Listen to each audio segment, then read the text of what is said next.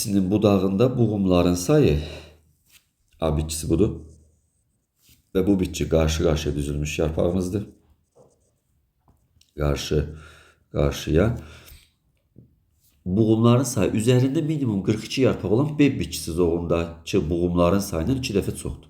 2 dəfə çoxdur B-dən. B-dən növbəli düzülübdür. Növbəli. Deməli, biz bunu belə qeyd edək. Deyir ki, A bitkisi budağında buğumun sayı B bitkisindən 2 dəfə çoxdur. Ona görə buradakı B bitkisinin yarpağı 42-dirsə, 42 dənə də buğumu vardır.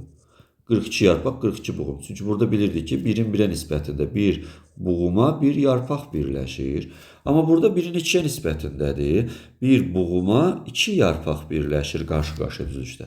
Və bu buğumun sayı 42 tapmışıqsa, A bitkisi də B-dən 2 dəfə çoxdursa, bunu tapırıq biz 84 buğum edir. 84 buğumu da tapdıq biz burada A bitkisini və burada deyir ki, A bitkisi budağında yarpaqların sayını tapın. Təbii ki, 1-in 2 nisbətindədir. 84 ədəd bizim buğumumuz vardısa, 168 ədəd də 1-in 2-yə nisbəti, yəni bu qaydada göstərdim, yarpağımız olacaq. Düzgün cavab 168 olacaq.